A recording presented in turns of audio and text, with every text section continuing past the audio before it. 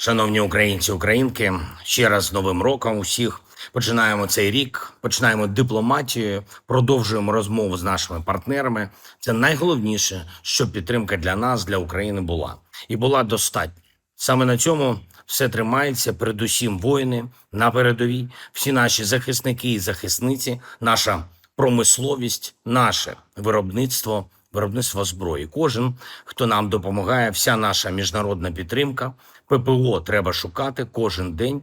Ракети для ППО Україні потрібні щодня. І так само фінанси на зброю, на дрони для нашої армії, НРК, техніку, все необхідно. Все максимально активно, так само заради того, щоб перемовини рухались, в усіх аспектах рухались, на кожному треку. І сьогодні Рустем Умєров на зустрічах в Туреччині. Міністр закордонних справ Туреччини, далі розвідка, і ми дуже стараємось у новому році відновити обміни. Саме це ключова тема в розмові з Туреччиною. Нам потрібне це сприяння, щоб повертати наших українців додому з російського полону. В минулому році обміни були активними, під кінець року, на жаль, загальмували, треба тепер відновити. Також Рустем кожного дня на зв'язку з американською командою та нашими партнерами в Європі. Вчора, сьогодні ми готуємо формат, ми готуємо важливі зустрічі. 3 січня – зустріч радників з питань національної безпеки в Україні. Це перша така зустріч в Україні щодо миру. Європейські представники, плюс ми очікуємо американську команду онлайн. І 15 країн підтвердили, плюс представники європейських структур і НАТО.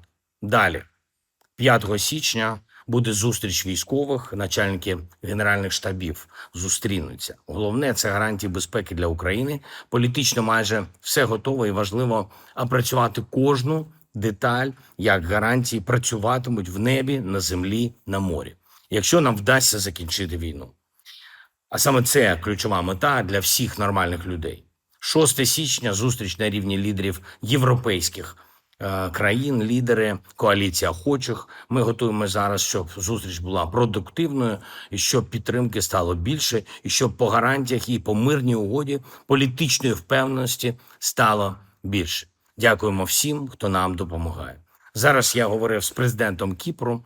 Перший дзвінок року. Саме з 1 січня починається головування Кіпру в Євросоюзі. Для нас важливо, щоб Україна була в пріоритетах кіпрського головування на півроку.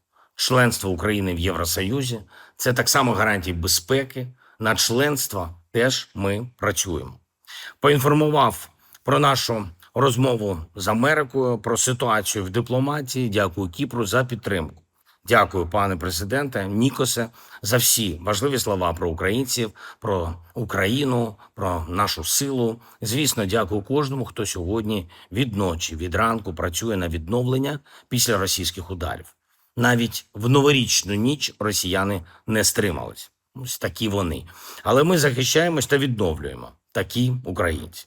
А завтра буде важливий день внутрішньої політики для України.